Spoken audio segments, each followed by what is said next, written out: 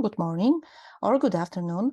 My name is Malgorzata Szolkowska. I am pathologist from the Institute of Tuberculosis and Lung Diseases in Warsaw, Poland, and I will be talking today about pathology of thymic epithelial tumors. I have nothing to disclose. In my presentation today, I would like to start with definition of thymic epithelial tumors. Then we'll talk shortly about history of histological classifications of thymic epithelial tumors, their epidemiology. Then we'll concentrate on histology according to the current WHO histological classification. Then I would like to present how we should report thymic tumors according to the histology, staging, and completeness of resection. And at the end, a few words about natural history of thymic epithelial tumors. The thymus is the primary lymphoid organ. It is composed of many different types of cells. Majority of them are immature T lymphocytes, so-called thymocytes. But there are also epithelial cells, very important for correct maturation of thymocytes, mesenchymal cells, and a lot of others. The tumors we are talking today about derive from thymic epithelial cells. These cells, epithelial component, represent malignant component of these tumors. They very often contain a lot of immature lymphocytes, but lymphocytes don't represent neoplastic component. The current histological criteria and nomenclature were proposed in 2004, and since then they are largely the same. The first WHO classification was proposed in 1999, was also similar, but thymic carcinomas were named type C thymomas. This name is currently not recommended. The Miller and Hermeling classification was based on similar microscopic criteria as the current WHO classification, but used completely different and controversial nomenclature. The newer classification of Susten and Moran includes thymomas, atypical thymoma, and thymic carcinomas. It is not recommended, this classification is not recommended by WHO because tumors corresponding with type A, AB, B1, and B2 thymoma that differ morphologically, immunohistochemically, and genetically are included into one group.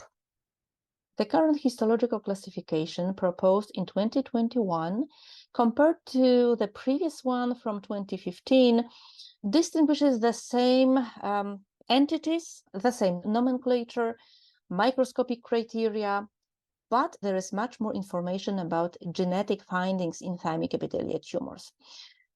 TCGA study revealed that type A and AB thymomas on one hand and B-type thymomas on the other hand represent the spectrum of tumors with only minimal overlapping between them, and they are genetically completely different than thymic carcinomas. In my presentation today, I will base on this classification, and if you are interested in details, you can use this link or scan this QR code to get to this classification online. All thymic epithelial tumors are malignant. There is only one exception, which is classified as neoplasm of uncertain and unknown behavior. It is named micronodular thymoma with lymphoid stroma. I will talk about this later. The group of thymic epithelial tumors encompasses thymomas, thymic carcinomas, and thymic neuroendocrine neoplasm. They don't transform one into the other. They show different genetic pathogenesis, but sometimes, rarely, but sometimes they can coexist together within one tumor. Thymomas represent the group of the best prognosis in comparison to other subtypes of thymic epithelial tumors. Thymomas are very often associated with autoimmune paraneoplastic symptoms. About 1/3 of thymoma coexist with symptoms of myasthenia gravis. This is the most common and the most characteristic disease associated with thymomas. In histopathological analysis, thymoma neoplastic cells express in immunohistochemical tests epithelial markers and squamous cell markers, for example, P40, and they are mixed with a various number of immature T lymphocytes. Of course, instead of P40, antibody against P63 can be also used, but P63 is not as specific for squamous cell differentiation as P40 and can be positive, for example, in some lymphomas. The most common molecular finding in this group is mutation in GTF2I gene. This mutation is the most characteristic for type A and AB thymomas, however, may be found in other subtypes as well. Thymic carcinomas, 10-year survival for thymic carcinomas about 40%. They usually don't have any characteristic symptoms. And if there are any autoimmune paraneoplastic diseases, usually it is not myasthenia gravis. Histologically, thymic carcinomas are very similar to carcinomas of other organs. For squamous cell thymic carcinomas, the most characteristic is co-expression of CD5 and CD117 antigen. In some thymic carcinomas, KIT mutation can be found. This mutation is rare but may have predictive value. 10-year survival for thymic neuroendocrine neoplasms is similar to thymic carcinomas. They usually don't have any specific syndromes. Autoimmune paraneoplastic symptoms are very rare in this group, but possible are endocrine disorders, for instance, Cushing syndrome. Histological criteria are the same as for pulmonary neuroendocrine neoplasms. It's good to remember for pathologists that TTF1 can be positive in thymic neuroendocrine neoplasms. On the other hand, if PAX8 is positive, we may suggest the thymic origin of the tumor. So far, no genetic disorders specific to thymic neuroendocrine neoplasms have been found. Thymic epithelial tumors are very rare neoplasms. There is less than one case per 100,000 population per year.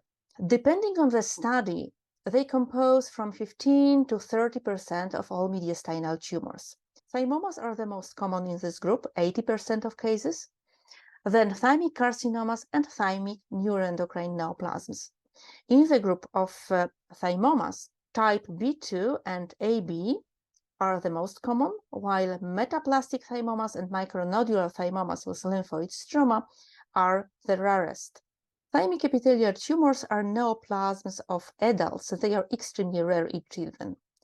Types A and B thymomas, thymic carcinomas, and neuroendocrine neoplasms usually are diagnosed in patients in the 5th or 6th decade of life. Types B2 and B3 thymomas affect usually a little bit younger population, while in patients over 78 years old, micronodular thymomas with lymphoid stroma are common. Let's concentrate now on microscopic details of thymic epithelial tumors. Let's start with thymomas. Type A thymomas are composed almost exclusively of epithelial component. Immature T lymphocytes are sparse or even absent. Epithelial cells may be round or oval, spindle or polygonal, without any significant atypia, mitotic figures. What is characteristic in immunochemistry? Epithelial cells may be positive focally for CD20. This is the lymphocytic marker, but may be positive in type A thymoma. This is a microscopic slide of type A thymoma. This low magnification shows well circumscribed and lobulated tumor. Under higher magnification, we can see that the nuclei of the tumor cells are elongated, spindle-shaped, and densely packed. In immunohistochemical tests, neoplastic cells show diffuse expression of cytokeratin and diffuse nuclear expression of P40. TDT-positive lymphocytes are few in numbers. And please note that tumor cells despite being of epithelial origin, express CD20, which is a marker of B lymphocytes. If the tumor presents morphological criteria of type A thymoma, however, characterizes with hypercellularity, increased mitotic counts, and focal necrosis, we can classify such tumor as atypical type A thymoma. Clinical significance of the subtype is still unknown and should be clarified. Type A-B thymoma, it is a mixture in different proportions and compositions of epithelial component and lymphocyte-rich component. In some tumors, the components can be easily separated. In other tumors, they are completely intermingled. And this subtype of thymomas also can express CD20. Let's take a look at a microscopic slide of type A-B thymoma. In one part of the tumor, spindle epithelial cells, like in type A thymoma, predominate. The other part of the tumor is lymphocyte-rich, and tumor cells are barely visible. Note that in this lymphocyte-rich component, light and dark areas resembling medulla and cortex of normal typos can be seen. Such an image is typical for type B1 thymomas, but as seen on this slide, can also occur in type AB thymoma. In type AB thymomas, we don't classify the lymphocyte-rich component. That is, we don't determine whether it resembles more type B1 or B2 thymoma. In immunohistochemical tests, both cytokeratin and P40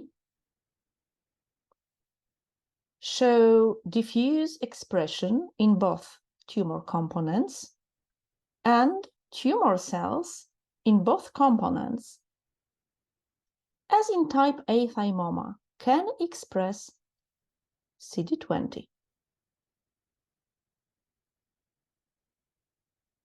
Type AB thymomas usually have a good prognosis and indolent clinical course, but as seen in this part of the tumor, they can grow, infiltrating adjacent tissues like all types of thymomas. Type B1 thymoma, it is a lymphocyte-rich tumor in which epithelial cells are barely visible. To diagnose this tumor, it is necessary to find in H&E so-called medullary islands. These islands represent lighter areas within the tumor that correspond with medullary areas of normal thymus. These areas are surrounded by dark blue areas corresponding with cortical areas. Medullary islands are necessary to diagnose B1 thymoma, however, may be found also in other lymphocyte-rich subtypes of thymomas. Type B2 thymoma is composed of polygonal large tumor cells with abundant pink cytoplasm. The cells are dispersed individually or in small clusters composed of more than 3 cells, and the cells are intermingled with numerous immature T lymphocytes. Type B3 thymomas are composed of sheets of polygonal or elongated tumor cells with eosinophilic or clear cytoplasm, and the lymphocytic component in these tumors is very scant. The lymphocytes are sparse or sometimes even absent. It's important to remember that the epithelial cells may be focally positive for CD5 or CD117. We usually talk about these markers in the context of thymic carcinomas. However, sometimes this reaction can be also focally positive in type B3 thymomas. Now, this is a microscopic image of a tumor composed of 2 components. On the left, neoplastic cells that are large, epithelioid, polygonal, with abundant pink cytoplasm, a little bit irregular nuclei and conspicuous nucleoli are intermingled with numerous small lymphocytes that are TDT positives. It means they represent immature T lymphocytes. On the right, you can see here, these immature lymphocytes are almost absent. On H&E slide, in this area, we can see that epithelial cells, neoplastic cells, form solid sheets, small perivascular spaces, and sometimes vessels are surrounded by palisade of neoplastic cells. These are morphological features of type B3 thymoma on the right and B2 thymoma on the left. Micronodular thymoma with lymphoid stroma is a rare subtype of thymomas, and this is the only subtype classified not as a clearly malignant tumor, but as a neoplasm of uncertain and unknown behavior. It is composed of nodules of spindle or oval neoplastic cells with blunt-looking nuclei surrounded by abundant lymphoid stroma.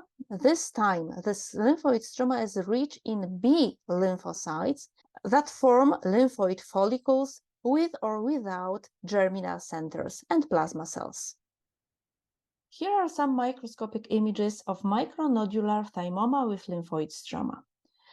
These bright areas correspond to confluent nodules formed of spindle epithelial cells with morphology like in type A thymoma. These epithelial components, these epithelial areas, are separated by a lymphocyte-rich stroma in which the presence of lymphoid follicles, sometimes with prominent germinal centers, is notable.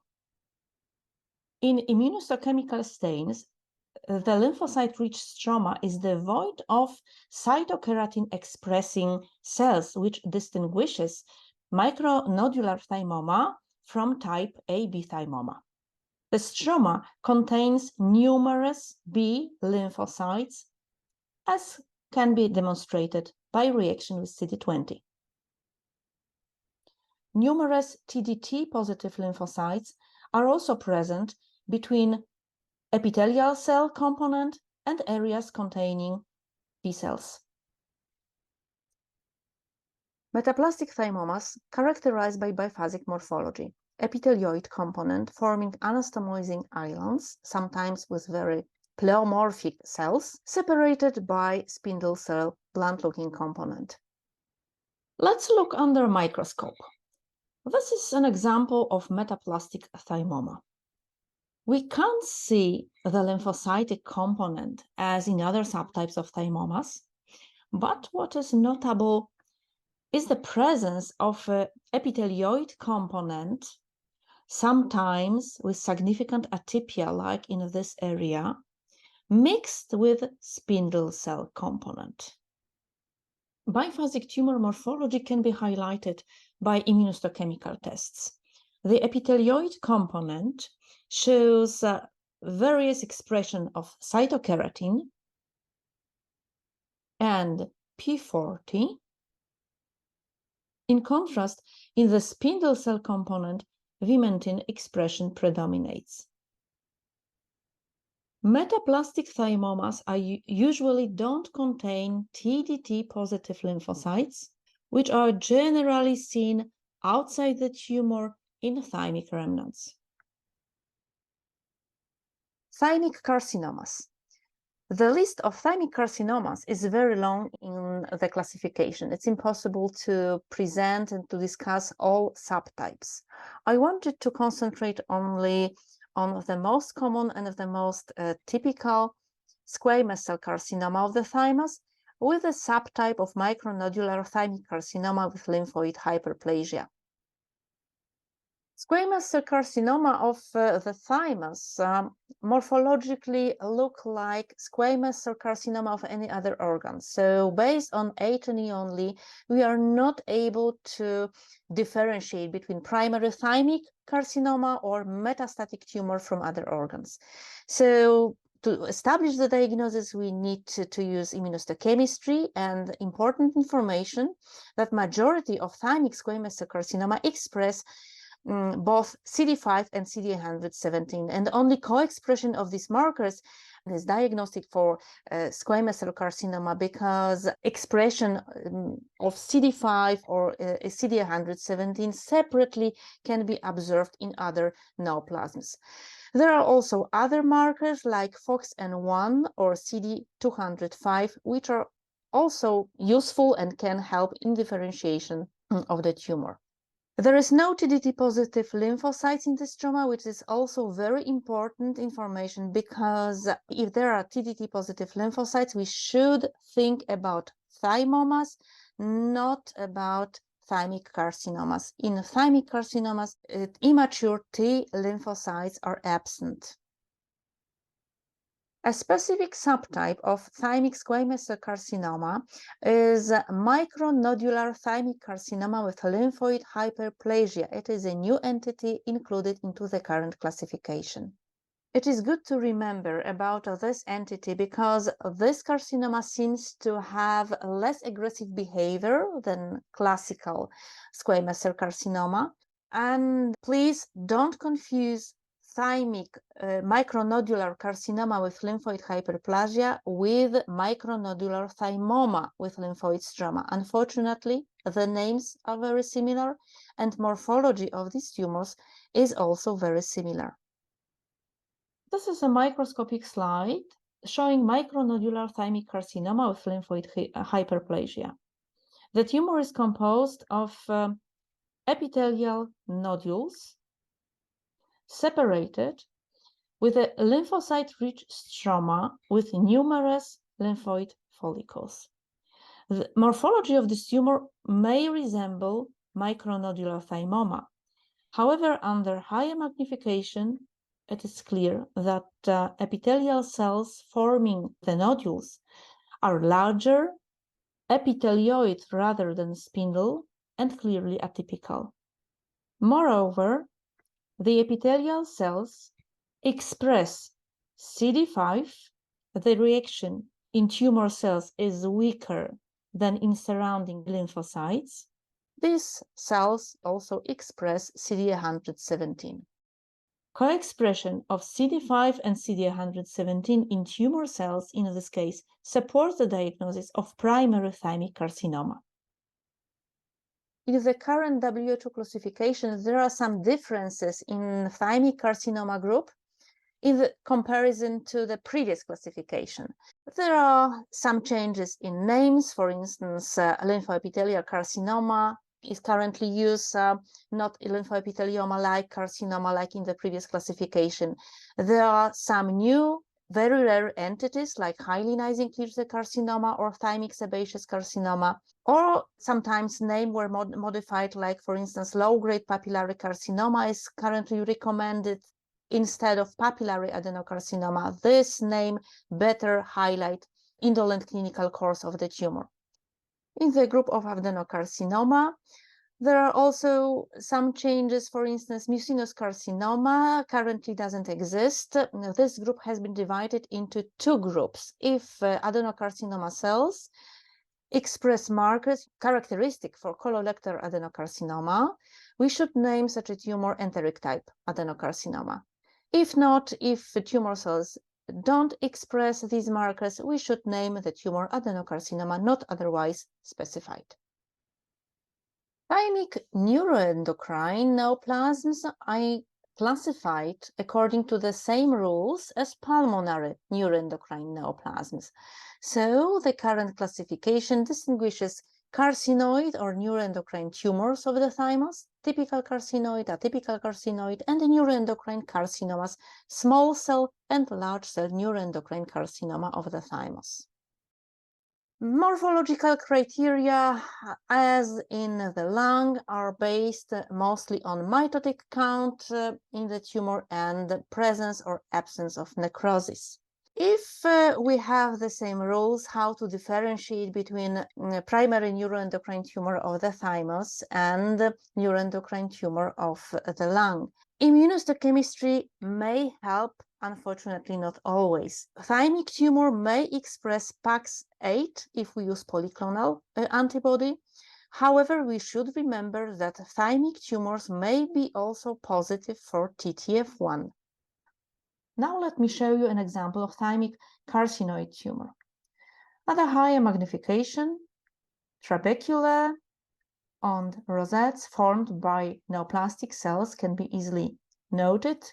Such structures are often visible in neuroendocrine neoplasms.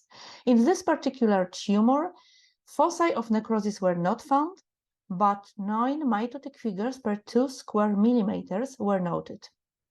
Tumor cells diffusely and strongly expressed neuroendocrine markers, for instance, chromogranin, were completely negative for TTF1, and polyclonal PAX8 showed diffuse nuclear expression. This, along with the radiological information that the tumor was located in the prevascular mediastinum, allowed to diagnose the primary thymic atypical carcinoid tumor. Microscopic criteria for small cell and large cell carcinomas of the thymus are the same as for lung carcinomas.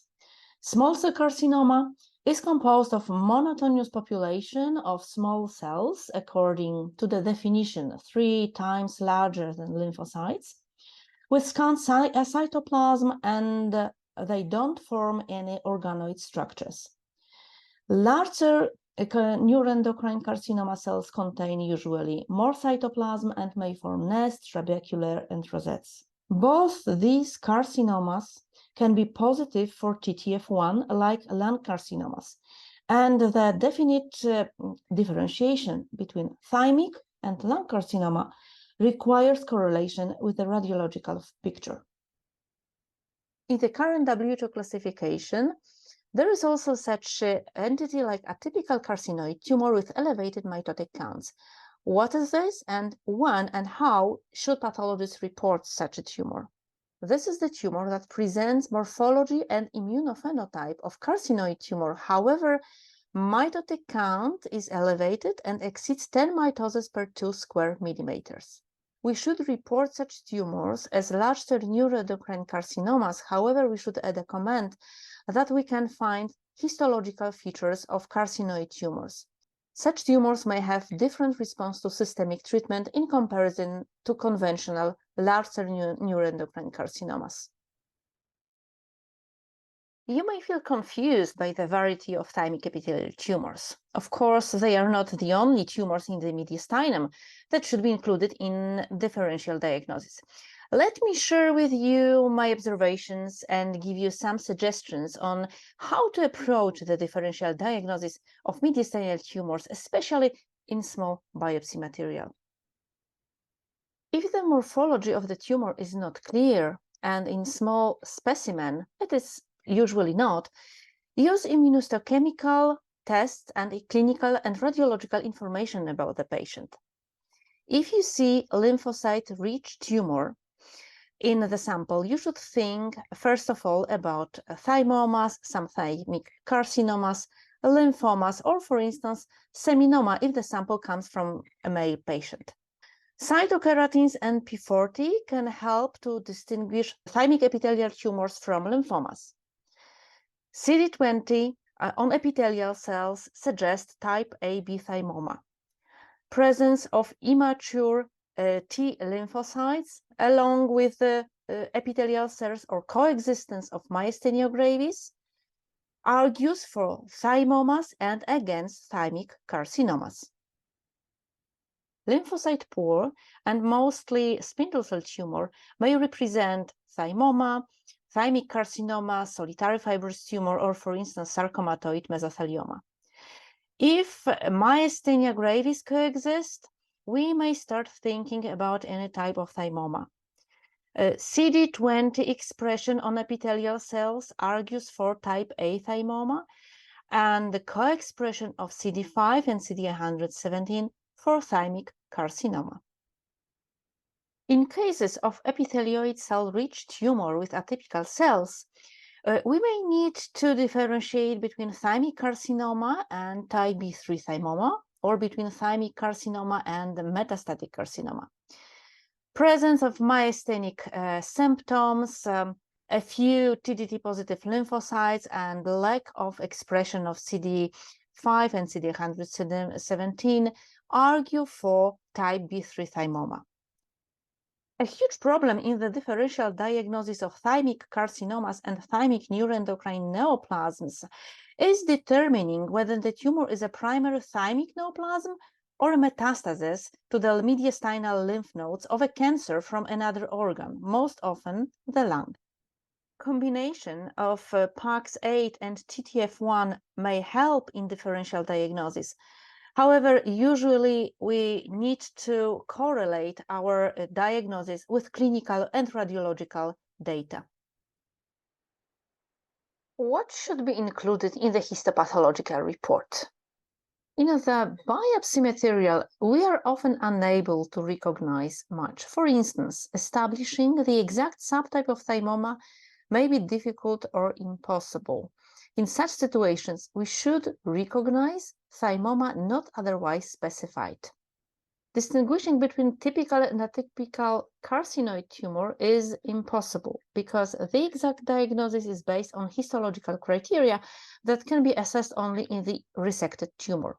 In the biopsy, we can diagnose only carcinoid tumor not otherwise specified. Finally, differentiation between primary thymic carcinoma or thymic neuroendocrine neoplasms and metastatic tumor, usually of pulmonary origin, may be impossible without information about radiological findings. In histopathological report of resection specimen, we should include histological subtype based on the current WHO classification, stage of the tumor according to the TNM classification, and information about completeness of resection. Thymic epithelial tumors very often are very heterogeneous. Thymoma composed of 2 or more types should be termed thymoma. However, we should list the components in 10% increments, and predominant component should be first. The exception, type AB thymoma. This thymoma is per definition composed of 2 components.